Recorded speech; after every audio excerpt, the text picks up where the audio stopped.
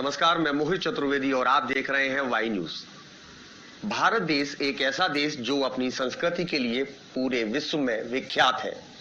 भारत देश एक ऐसा देश जो अपनी विविध सभ्यता और विविध धर्मों के आत्मसात करने के लिए विश्व पटल पर अपनी एक अलग पहचान रखता है और शायद यही कारण है कि भारत देश में व्याप्त संस्कारों की उस धरा को सजोने के लिए विदेशों से भी प्रतिदिन और प्रति महीने और प्रति वर्ष लाखों की संख्या में विदेशी सैलानी आते हैं, विदेशी भक्त आते हैं और यहाँ पर आकर यहाँ की संस्कृति को आत्मसात करते हैं और अपने साथ विदेशों में भी उसको ले जाकर उसके अनुरूप अपना जीवन यापन करते हैं।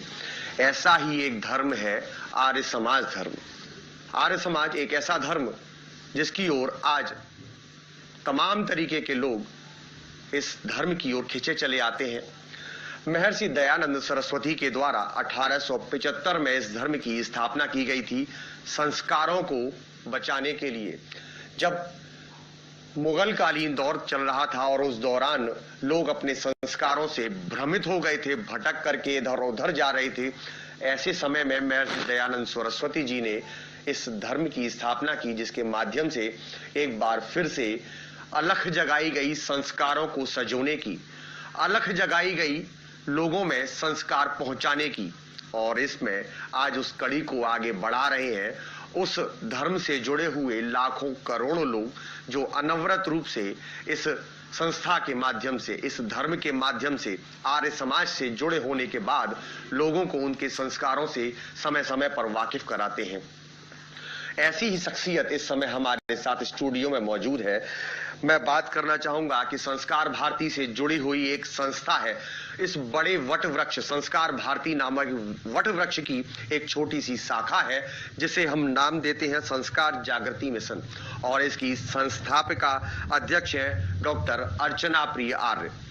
आपके द्वारा लगातार जगह जगह पहुंचकर लोगों के बीच में संस्कार के विषय में उन्हें जानकारी दी जाती है। जो वैदिक संस्कार ऋषि मुनियों के द्वारा प्रदत्त किए गए थे, जिसके अनुरूप एक धर्म अपना पूरा कार्य संपन्न कराया जाता है, धर्म से जुड़े हुए लोग उस संस्कार से सने सने कदम कदम बढ़ाते हुए अपना जीवन यापन करते हैं। ऐसे संस्कारों को उन तक पहुंचाने के लिए और उनको इन संस्कारों के मूल उद्देश्यों से अवगत कराने के लिए अनवरत रूप से दीदी प्रचार कर रही हैं, लोगों के बीच में पहुंचती हैं अपने उपदेशों के माध्यम से और इस संस्था के माध्यम से वो लोगों के बीच में जनसेवा कर रही हैं। दीदी, आपका बहुत बहुत स्वागत हमारे स्टूडियो में। जैसा कि मुझे जानकारी थोड़ा सा मिल पाई उस तरीके से मैंने अपने दर्शकों को बताया, लेकिन मूल उद्देश्य इस समाज के गठन का क्या रहा, क्योंकि आप इससे पूरी तरह से जुड़ी हुई हैं, तो आप ज्यादा अच्छी तरह बता सकती हैं। हमारे दर्शकों को आप बताएं। देखिए, संस्कार जागृति मिशन हमने इसका गठन किया संस्था का कि आज वर्तमान समय में हमारे जो संस्कार हैं वो प्राय आप देख रहे हैं कि विलुप्त होते जा रहे हैं। हमारी जो आगे आने वाली पीढ़ी है उनमें मैं देख रही हूँ कि जो संस्कार हमारे होने चाहिए, हमारे ऋषि महर्षियों ने जो संस्कारों की व्यवस्था की थी वो आज बहुत ही कम देखने को मिल रहे हैं। इसलिए आर्य समाज के संस्थापक गुरुदेव दयानंद ने आर्य समाज की स्थापना जिस समय की थी उस समय देश में बहुत पाखंड, अंधविश्वास आदि मौजूद था, तो उन्होंने उस सब को हटाया, दूर किया ही। उसके लिए उन्होंने एक सत्यार्थ प्रकाश नामक पुस्तक भी हमको दी। उसके साथ ही साथ एक हम अपने बच्चों में संस्कार कैसे भरें, उनको संस्कारित कैसे करें, इसके लिए उन्होंने संस्कार विधि भी दी। लेकिन जब वर्तमान में मैंने देखा छोटे छोटे बच्चों से बात करते हैं तो उनका जो व्यवहार है, उनके आचार विचार, नौजवान भाई हैं उनके आचार विचार मुझे बड़े दूषित लगे। तो मैंने सोचा कि इसके माध्यम से, संगठन के माध्यम से हम उनमें वो प्रेरणा दें जो हमारे पुराने संस्कार थे पुनः हमारी समाज में पुनर्जीवित हो सके, इसलिए प्रयास किया गया। दर्शकों को मैं आपको एक बात और बताना चाहूंगा कि डॉक्टर 25 वर्षों से लगातार इस प्रकार के प्रयास कर रही हैं कि नव श्रेणी पर किस प्रकार से संस्कार डाले जाएं और वो संस्कारी बन, क्योंकि भारत देश संस्कार को लेकर के ही जाना जाता है।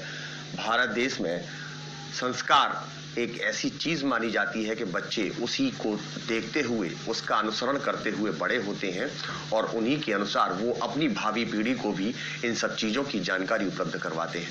डॉक्टर अर्चना प्रिय आर्य, आप जो हमारे साथ इस समय मौजूद हैं, आपने कक्षा 5 विद्या अध्ययन करती थी, तभी से आप इस चीज से जुड़ी और तब से इस सब चीज को आत्मसात करते हुए आप आज भी अनवरत रूप से सेवा में, भाव में लगी हुई हैं। तो मैं, जैसा कि मैं दर्शकों को बताया, शायद मैंने सही भी बताया कि आपने कक्षा 5 से इस चीज में जुड़ गई थी। जी बिल्कुल। आज उस समय देखें और आज की हम स्थिति देखें तो निश्चित तौर पर कहीं ना कहीं बदलाव आया है, क्योंकि बदलाव ही प्रकृति का नियम बताया गया है। लेकिन बदलाव में ये भी कहा जाता है कि आज भारत देश पर पाश्चात्य संस्कृति हावी हो रही है। जी बिल्कुल। ऐसे में क्या ये कठिन डगर नहीं बन जाती है आप? जी, एक तरह से मैं कहना चाहूँ, देखो कठिन तो कुछ भी नहीं है जी, लेकिन फिर भी हाँ, ये मैं मानती हूँ कि पाश्चात्य जो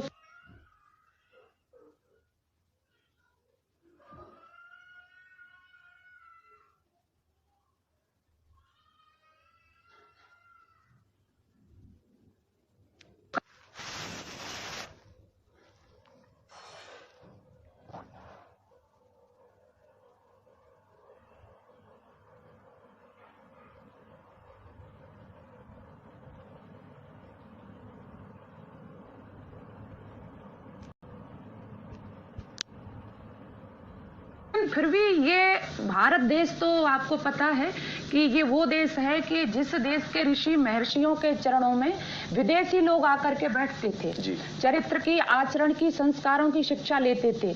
एतद देश प्रसूतस्य सका सादग्र जन्मना स्वम स्वम चरित्रेण शिक्षेण पृथिव्या सर्व मानवा। तो हमें तो वो ताकत और वो क्षमता है, तो ऐसा नहीं है कि हाँ कुछ हमारे जो युवा हैं वो दिशा भ्रमित हैं, लेकिन प्रयास एक है, वो अवश्य ही मुझे विश्वास है हमारे ऋषि महर्षियों की जो संस्कृति थी, वैदिक संस्कृति जो हमारी है, वो अवश्य ही हम इस ओर, और हम क्या आपका सहयोग रहेगा तो ये संस्था, मैं कहूंगी ऋषि दयानंद ने जो उस समय स्वप्न देखा था उसके अनुयायी आज लगे हुए हैं और मेरा भी एक छोटा सा प्रयास है, हम अवश्य ही सफल होंगे। दीदी, एक मन की मेरी कुंठा भी है, तो अब जब मुझे मौका मिला आपसे सीधा साक्षात्कार कर, तो एक मन की कुंठा मेरी निजी है और संभवतः शायद आप मुझसे भी सरोकार रखेंगे और आप मेरी इस बात को भी गौर कर पाएंगे। आज का समय वो समय है जब मंदिर में घंटे बजाने के लिए मशीनों का प्रयोग करना पड़ रहा है। एक कटु सत्य ये है कि मंदिर में आरती के समय पर जब कोई भी उपस्थित नहीं रहता तो आरती संपूर्ण कराने के लिए उस मंदिर के पुजारी को इलेक्ट्रॉनिक वाद्य यंत्रों का सहारा लेना पड़ता है। और उस बीच में जब बच्चों, नई भावी पीढ़ी से हम बात करते हैं तो वो हिप पॉप जैसे जो पाश्चात्य संस्कृति से संबंधित गाने हैं, गीत हैं या उससे संबंधित फिल्म है, इन सब की ओर ज्यादा आकर्षित नजर आते हैं। तो सने सने, जैसा कि अभी आपने बताया कि पूर्व में और अब में काफी ज्यादा अंतर आ चुका है। ऐसे में जब लोग सिखा रखने में भी खुद में शर्मिंदगी महसूस कर जाएं, तो ऐसे में उन्हें संस्कार की जानकारी देना कितना सरल बात। जी देखिए, मैंने कहा जैसे कि अभी है, ये चल रहा है, लेकिन ऐसा नहीं है। देखो, बच्चों में अधिकांश कहा जाता है, कहते हैं कि बच्चे ऐसा करते हैं वैसा करते हैं, लेकिन मैं कहती हूँ बच्चों का कोई दोष उसमें है ही नहीं, क्योंकि संस्कार वो चीज है, वो कहना चाहूंगी इनके माध्यम से व्यक्ति इस योग्य बनता है कि समाज में वो किस तरह बैठे उठे चले, यानी वो महत्ववान बनता है। संस्कार ध्वज उचित, संस्कार से व्यक्ति ध्वज बनता है। तो आपने जैसे कहा कि इसी के लिए हमारा प्रयास है कि बच्चों में संस्कार, इसके लिए सबकों को तैयार होना पड़ेगा। ये नहीं है हम डायरेक्ट बच्चों में संस्कार निरूपित कर दें। संस्कार कोई ऐसा नहीं है, 16 संस्कारों की व्यवस्था की थी हमारे ऋषि महर्षियों ने। तो वहां पर माता पिता को पहले तैयार होना पड़ेगा और उसके लिए हमारा प्रयास है, हम विद्यालयों में जाकर के और माता पिता को जगह जगह पर इसके लिए हमारे कार्यक्रम भी होते हैं। तो सबसे पहले उनको तैयार करना पड़ता है। माता पिता ठीक होंगे, अगर वो स्वयं सुसंस्कृत हैं संस्कारों से युक्त अपने आप हो जाएंगे। और इसके लिए ऐसी बात नहीं है, आज काफी लग रहा है आपको कि वो चीज भी है जो आप कह रहे हैं, लेकिन ऐसा नहीं है। हमारे परिवारों का माहौल जब ऐसा होगा, उस तरह का होगा, धार्मिक भजन उनमें बजेंगे या संध्या के लिए लोग बैठेंगे, पूजा होगी हमारी घरों में, तो बच्चों पर उसका प्रभाव जरूर होगा। हवन करने वालों के बच्चे हवन करना सीख जाते हैं, तो ऐसा नहीं है। हाँ, ये है कि फिल्मी गाने बच्चे गा रहे हैं, लेकिन उनको वैसा माहौल मिल रहा है। और लेकिन आज के समय पर आरती भी ज्यादातर टेप रिकॉर्डर में कैसेट लगा करके बजा दी जाती है। देखो, ये तो कहें हम कि आधुनिक तकनीकी का जमाना है। जैसे आपने कहा कि आरती टेप रिकॉर्डर से हो रही है, तो आज जैसे मोबाइल इस्तेमाल कर रहे हैं बच्चे, तो उसमें हम अच्छी अच्छी चीजें दे सकते हैं और अच्छे भजन दे सकते हैं, मंत्र श्लोक आदि डाल सकते हैं, और डाल भी रहे हैं माता पिता, तो बच्चे वो सीख जाते हैं। अब ये तो अपनी अपनी श्रद्धा और आस्था का बात हो जाता है कि टेप रिकॉर्डर से आरती हो रही है। दीदी, जिस तरीके से अभी आपने बताया, लेकिन अभी में एक चीज और मेरे मन में जिज्ञासा आई, क्योंकि अब चर्चा सार्थक तरीके से स्वरूप धारण कर रही है और ऐसे विषय पर चर्चा हमारे और आपके मध्य हो रही, तो निश्चित तौर पर मन की जिज्ञासा, क्योंकि मैं भी लगभग आप ही लोगों के बीच से ही हूँ। कोई जमाना था जब परिवार संयुक्त परिवार के रूप में जाने जाते थे। उसमें सभी माता पिता, पुत्र पुत्रवधू, बच्चे उनके और कई सभी एक साथ रहा करते थे और सभी एक दूसरे के सुख दुख को बांटा किया करते थे। परंतु वर्तमान कुछ शहरों को, छोटे शहरों को छोड़ दें, एनसीआर या मेट्रो सिटीज की हम बात करें, तो क्योंकि वहां की जिंदगी काफी ज्यादा फास्ट, जिसे कहते हैं, तेज गति से आगे चल रही है, तो वो संयुक्त परिवारों ने अब स्वरूप धारण कर लिया है एकल परिवार का, अपनी रहती है। और उसमें भी क्योंकि अब प्रतिस्पर्धा का युग हो गया है, कंपटीशन इतना ज्यादा होता है, माता पिता दोनों एक साथ ही काम करके जब दिन भर करेंगे, तब रात को वो इकट्ठे होते हैं और एक साथ बैठते हैं, लेकिन वो समय हो जाता है बच्चे की पढ़ाई लिखाई, और समय के हिसाब से दोनों का कमाना अभी अति आवश्यक हो गया है। अब ऐसे में बात ये आती है, जब माता और पिता दोनों ही अपने अपने कार्य के लिए अपने अपने कार्यालयों में चले जाते हैं और बच्चा स्कूल से पढ़ने के बाद जब घर वापस आता है, तो उसे जब जानकारी ही नहीं मिलेगी, तो संस्कार, जो 16 संस्कारों की आपने बात की, महज 4 संस्कार भी शायद उसको मिल पाते हो। शिखा संस्कार कौन करता है आज के समय में? यज्ञोपवीत संस्कार कहाँ है? यदि कुछ क्षेत्रों को हम छोड़ दें तो यज्ञोपवीत आज के समय पर सिर्फ एक फॉर्मेलिटी रह गया है। जो बचपन में बच्चों को यज्ञोपवीत संस्कार दिलवा दिया जाता था, अब वो एक फॉर्मेलिटी बतौर रह गया है कि विवाह से पूर्व ही एक दिन पहले इस ग्रहण के पूर्व ही करवा दिया जाए जी। तो ऐसे में जब ये सारी चीजें एक फॉर्मेलिटी बन के रह जाएंगी, तो कहाँ लोग आत्मसात कर पाएंगे? देखो, आपने जैसा कहा कि माता पिता आज व्यस्त हैं और बच्चों के लिए समय नहीं है, ऐसे ही लोग हैं। आपने देखा होगा कि आज बच्चे कमा खूब रहे हैं, लेकिन जब वृद्धावस्था में माता पिता पहुंचते हैं, अभी पिछले दिनों की घटना है, और एक अच्छा खासा पढ़ा लिखा नौजवान कोलकाता का था और अपनी माँ को फ्रीजर में उसने बंद करके रखा।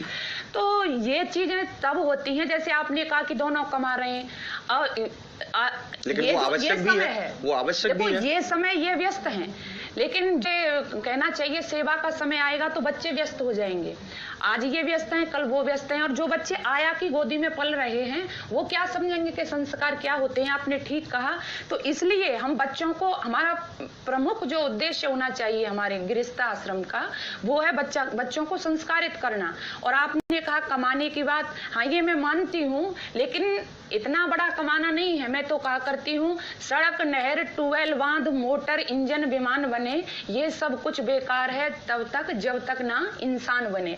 ये आज, लेकिन इंसान बनने की चक्कर में पिछड़ नहीं जाएगा। आज की परिदृश्य ऐसा ही। आपकी नजर में इंसान बनना पिछड़ना होता है, लेकिन कमाना भी आवश्यक है ना। एक समय अवधि वही है, यदि मैं भी 4 दिन यदि मैं कहीं अपनी नौकरी पर नहीं आऊंगा तो मुझे हटा दिया जाएगा। जी जी बिल्कुल, कमाना चाहिए, अर्थ भी जरूरी है, ऐसा नहीं है। लेकिन जो मैंने कहा, अगर आपने इंसान बना दिया है, आज हमारे देश में सबसे बड़ी समस्या इंसान की है, रोटी कपड़े मकान की नहीं है। आप देख सकेंगे आज बड़े बड़े भवन बन रहे हैं, आज बड़ी बड़ी बिल्डिंग बन गई हैं, और ऐसा गाड़ियां हैं, अच्छी अच्छी रोड, सड़क, हवाई जहाज, रेलगाड़ी कितनी बिछी हुई है, लेकिन जिनको बनना चाहिए था, जिसका निर्माण होना चाहिए था, वो चीज नहीं है। आज इंसान मनोरभ जनिया दैव्यम जनम, वेद ने कहा, हे मानव तू मानव बन और दिव्य जनों को पैदा कर। अगर ऐसा होगा तो आपने ये कहा ना, ये समस्या की रोटी मकान वाली या कमाने वाली, इसका समाधान तो अपने आप हो जाएगा। ऐसी बात नहीं है। जब आप इंसान बना दोगे, आज हर माता पिता की दौड़ है मेरा बेटा इंजीनियर बन जाए, डॉक्टर बने, वकील बने। अरे भाई बनाओ, ये जरूरी है,